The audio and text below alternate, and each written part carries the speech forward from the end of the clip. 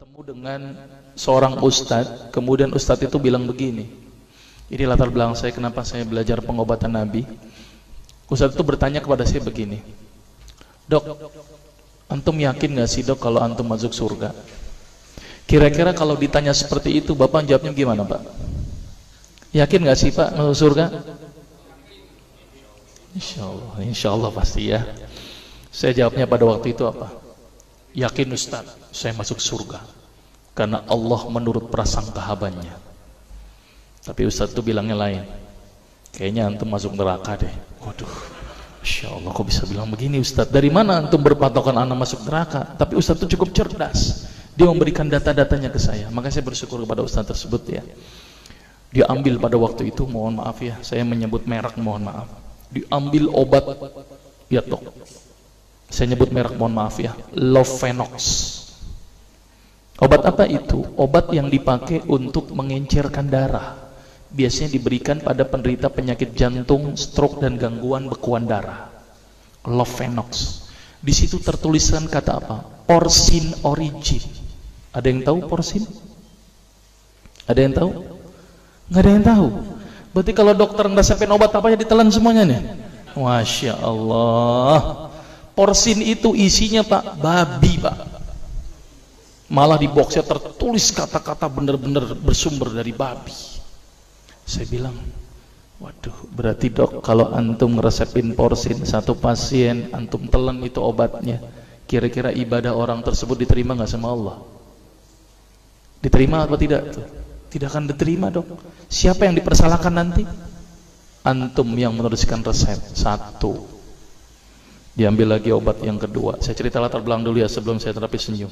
Diambil obat yang kedua. Pada waktu itu diambil apa? Actrapid. Apa itu? Insulin. Tulisannya apa? Human insulin. Jadi diambil dari manusia yang telah meninggal. Diambil pankreasnya, insulinnya, yang menderita penyakit kanker pankreas, dibuatlah obat. Berarti dokter sudah menyuntikkan manusia ke dalam manusia. Diambil lagi obat yang ketiga. Luar biasa ini dokter. Apa Ustadz ini? Diambil obat namanya analsik. Apa itu analsik? Obat untuk pusing. Ini di kalangan dokter sering resep ini nih. Isinya apa? Antalgin dan diazepam. Diazepam, makanya kalau orang minum obat ini pasti ketagihan, saya yakin. Kalau minum obat warung nggak ngefek ini. Karena kenapa? Karena mengandung diazepam. Diazepam itu apa? Narkoba Pak. Bikin kita teler. Maka itu cara nyari uang paling gampang, kasih aja resepin analsik, pasti balik lagi dia. Karena kenapa? Narkobanya bikin kecanduan. Dia mengandung diazepam. Diazepam fatwa ulama bagaimana? Haram. Diambil lagi obat batuk, kodein. Maka itu kita minum obat batuk langsung hilang batuknya karena kodein. Kodein ini ternyata derivat dari narkoba.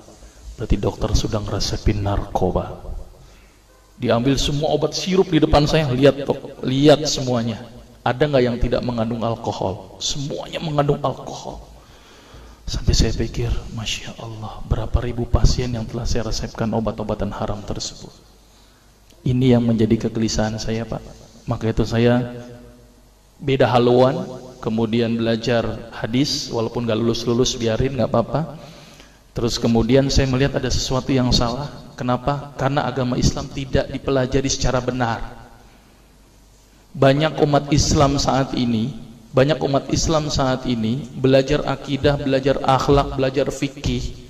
Tapi lihat, pernahkah umat Islam di sini belajar masalah kesehatan Islam? Sedikit sekali. Kajian-kajian tentang kedokteran Islam hampir tidak ada. Makanya tidak heran sekarang umat Islam yang notabene hebat menurut saya katanya, tapi ternyata banyak yang sakit karena dilupakan aspek ini. Mudah-mudahan ini menjadi awalan kita untuk mengkaji, karena kajian ini rutin Pak. Jadi saya mengisi kaji di beberapa kantor di Jakarta itu per kali pertemuan, per hadis. Dan itu berhubungan dengan masalah kesehatan semuanya. Jadi ternyata Allah ini menurunkan ibadah, memerintahkan kita untuk sholat, puasa, tahajud, semuanya ini bukan untuk kepentingan Allah Pak. Allah nggak butuh sholat kita, Allah tidak butuh puasa kita. Ternyata Allah menurunkan ibadah adalah bentuk rasa sayang Allah kepada barang ciptaannya, yaitu manusia. Seperti halnya orang menciptakan motor, mobil, maka di maintenance itu dengan adanya servis. Maka Allah juga memaintenance barang ciptaannya, yaitu manusia, dengan servis. Servis yang dilakukan adalah dengan ibadah. Jadi kalau seandainya kita tidak melakukan ibadah, sama aja tidak mau servis diri kita sendiri. Saya akan terangkan ternyata semua amalan yang dicontohkan Rasul itu bermanfaat dari sisi kesehatan. Saya akan mulai nanti dengan terapi senyum ya. Ini lewat saja. Ini saya mohon maaf nyebutin obat-obatannya, mohon maaf ya. Ini juga mengandung plasenta. Plasenta itu ari-ari ya. Jadi di luar negeri itu ari-ari dipakai obat, Pak. Kalau di Indonesia diapain, Pak? Dikubur, kadang-kadang pakai apa? Kaca, pulpen, buku, kadang-kadang pakai kurungan ayam. Kreatif, tapi kreatif nggak benar. Gitu ya. Di sana ini obat Lovenox namanya ya. Jadi bersumber babi. Ini yang mengandung narkoba. Wah, dulu tuh saya kalau jadi dokter gila-gilaan pengasih narkoba, Pak. Setiap ibu hamil, setiap ibu datang dengan bawa anak kecil, itu anak kecil Pak saya kasih narkoba, Pak. Kenapa? Karena ibu-ibu paling seneng kalau anaknya datang terus kemudian tidur pules. Wah, seneng banget tuh ibu-ibu. Apalagi obatnya yang tokcer, paling seneng itu orang. Maka itu saya kalau ngasih obat antibiotik dulu nggak namanya amoxicillin, ampicillin, nggak level buat saya. Apa yang saya kali cefalosporin, obat turun demam aja nggak ngefek, nih saya cuma 500 mg Pak, 650. Dan selalu anak kecil datang kan alasannya takut kejang, selalu saya tambahkan apa ini Pak, luminal.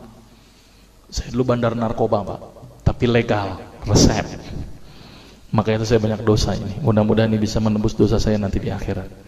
Ya, ini insulin ya, ini kosmetik yang